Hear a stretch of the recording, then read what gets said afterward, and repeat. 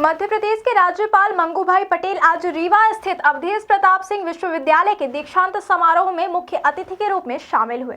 गरिमामय वातावरण में आयोजित इस समारोह में राज्यपाल ने स्नातक, स्नातकोत्तर एवं शोध विद्यार्थियों को उपाधियां प्रदान की और उनके उज्जवल भविष्य की शुभकामनाएं दी।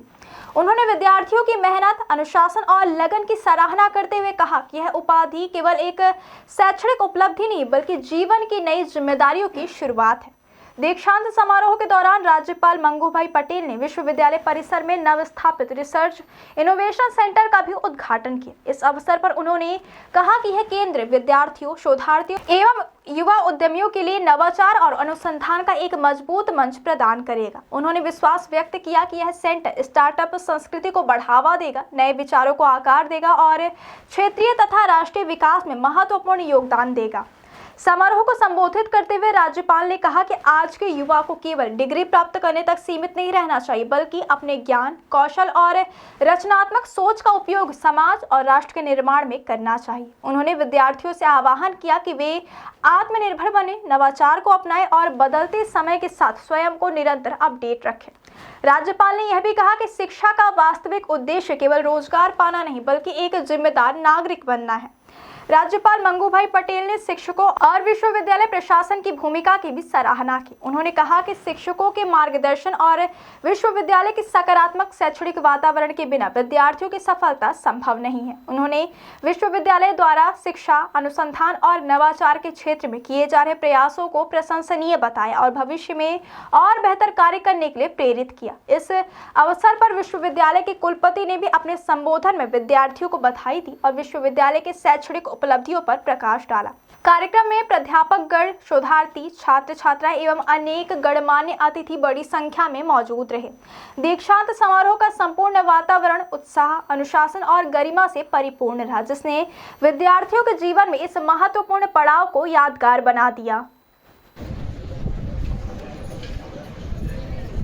स्वतंत्र सेनानी एवं मध्य प्रदेश के तत्कालीन प्रधानमंत्री कैप्टन अवधेश प्रताप सिंह के नाम पर स्थापित विश्वविद्यालय के दीक्षांत समारोह में उनका पुण्य स्मरण कर विनम्र नमन करता हूँ।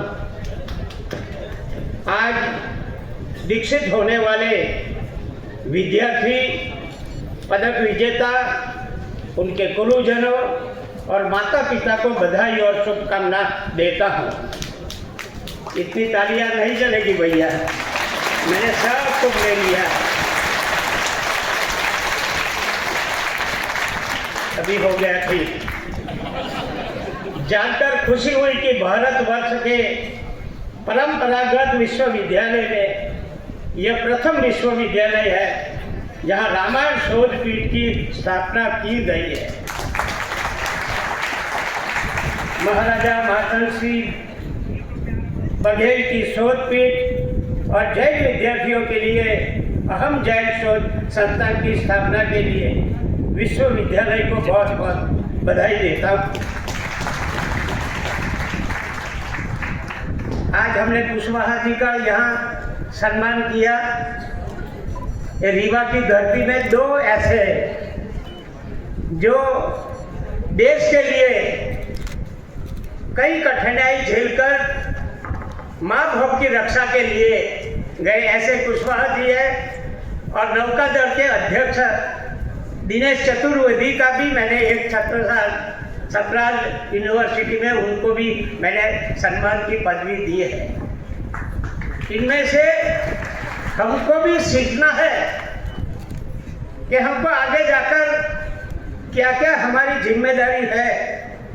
मेरा मानना है कि दीक्षांत का यह अवसर केवल एक समारोह नहीं बल्कि यह छात्र छात्राओं के जीवन की नई यात्रा का आरंभ विशेष प्रसंग है। यह सुखद है कि हमारा देश प्रधानमंत्री श्री नरेंद्र मोदी जी के नेतृत्व में नई राष्ट्रीय शिक्षा नीति के माध्यम से शिक्षा, ज्ञान और नवाचार के नए युग में प्रवेश कर रहा है। विश्वविद्यालयों से मेरी अपेक्षा है कि शिक्षा का स्वरूप ऐसा हो जो छात्र छात्राओं को तनाव मुक्त सोच और आत्मविश्वास के साथ भविष्य के लिए तैयार करें। मैं यहाँ कुल गुरु जी ने आपको प्रतिज्ञा भी दिलवाई, आपने दीक्षा भी ली। उसमें एक वाक्य मैं सुन रहा था, सत्य बोलो, धर्म का आचरण करो। ये एक वाक्य में आपने सबने बोला भी है। मैं समझता हूँ जीवन में सत्य बोलो और धर्म का आचरण करो, उसमें सब कुछ आ जाएगा, सब कुछ आ जाएगा। क्योंकि सच बोलेंगे, भगवान ने जो मानव का अवतार मिला है, मैं कई बार बोलता हूँ कि भगवान ने सृष्टि बनाई है, वाचा एक मानव को ही दिया है, किसी को वाचा नहीं दिया है। बुद्धि दी है, शक्ति दी है, पैसा दिया है। मेरे को बताओ, सृष्टि में दूसरा कोई बोल सकता है तो? मगर आपको बुद्धि शक्ति दी है और समाज के काम के लिए, अपना ही स्वार्थ में रचे बचे रहो उसके लिए नहीं है। और उसके लिए पहले हमारा जीवन अच्छा बनाना पड़ेगा। हमारा जीवन अच्छा बनेगा और शरीर भी की फिटनेस होनी चाहिए। मैंने ऐसा सुना है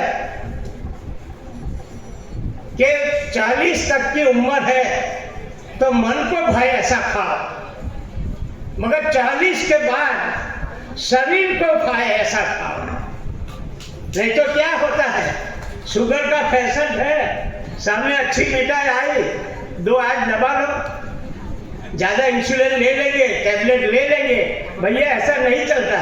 वो 2 पीस है ना तो 2 महीना चलेगा, एक दिन की दवाई ऐसे नहीं होगा।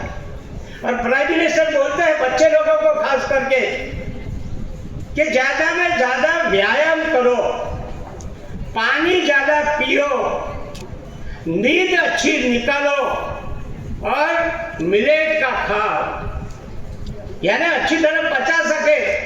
आजकल के बच्चे पिज्जा खाते हैं, आ गया याद सबको, मगर साथ में थम्स अप की बोतल लेके बैठते हैं, पचा नहीं पाते हैं। अभी मैं बताऊंगा 40 की अंदर की बात कर रहा हूँ, 40 ईयर से ऊपर की बात कैसे पचा सकेंगे। और शरीर तो फिटनेस अच्छी होनी चाहिए। दिल से सुबह में जल्दी उठकर बच्चे के लिए बनाती है, बाप भी है, अपने पास पैसा नहीं है, अच्छे कपड़े नहीं है, मगर यूनिवर्सिटी में मेरा बच्चा पढ़ता है, उसके लिए अच्छा उनको कपड़ा देना चाहिए, कहाँ भी हो, मगर मेरे बच्चे को अच्छी तरह पढ़ाओ। ऐसे करके कई अपेक्षा रखते हैं माँ बाप। घर में छोटे भाई बहन है, मेरा बड़ा भाई है, अभी बहुत अच्छा पढ़ा है, आगे जाकर बहुत अच्छी नौकरी करने वाला है और मेरे को भी पढ़ाएगा। वो जितना पढ़ा है उससे भी हमको आगे पढ़ाएंगे। ऐसे भाई बहन की भी इच्छा रहती है। एक तरफ माँ बाप की बात, एक तरफ भाई बहन की बात, उसके पर भी अपेक्षा है तुम्हारे पर। आज तो तुमने दीक्षा तो ले ली, या प्रतिज्ञा भी ले लिया। मैंने शुरू में कहा ना, सत्य बोलो, धर्म का आचरण करो। बहुत कुछ सुन लिया, आज सत्य ने भी बहुत सी बात किया है, हमको याद रहेगी क्या मालूम नहीं, मगर आपने जो प्रतिज्ञा लिया है वो 365 दिन याद करना कि मेरे कुल गुरु ने मेरे को क्या प्रतिज्ञा दिलाई है। नहीं तो दुनिया इतनी बड़ी है, पश्चिम देश का इतना प्रभाव है हमारे जिंदगी पर, वहाँ हम खो नहीं जाए। मगर हमारा परिवार का, हमारा समाज का, कभी कभी समाज भी बहुत अपेक्षा रखती है कि हमारा समाज के बेटा अच्छी तरह पढ़ा, अच्छी नौकरी किए है, वो समाज की सेवा करेंगे। और देश की सेवा के लिए भी भविष्य में आपको बहुत कुछ करना है। प्राइम मिनिस्टर की बात करूं तो 2047 की विकसित भारत के लिए सारी शिक्षा जगत से कई ऐसे सूचन मंगवाए, कई बच्चे ने लिखे थे और विवेकानंद जयंती में 3000 जितने विद्यार्थियों को इकट्ठा किया था और सभी के सुझाव लिए कि हमको 2047 में कैसा विकसित भारत बनाना है। आज कितनी अपेक्षा तुम्हारे पर है वो समझना, नहीं तो हमारे स्वार्थ में डूब जाएंगे, माता पिता को याद नहीं करेंगे। मैं कभी कभी कहता हूँ बहुत पैसा आ जाता है तभी प्रमाद आ जाता है, इसमें कोई है लिखा भी है, प्रमाद आ जाता है। हमारे पहले तो इतना हमारा भारत की संस्कृति तो क्या क्या सिखाती है, आज सब हम भूल गए। कितने माँ बाप भी मालूम नहीं तो हम पहले सुबह में उठते थे, धरती पे पैर रखते तो धरती माँ को प्रणाम करते हैं कि माता जी आप पर मैं पैर रख रहा हूँ, मेरे को क्षमा करना।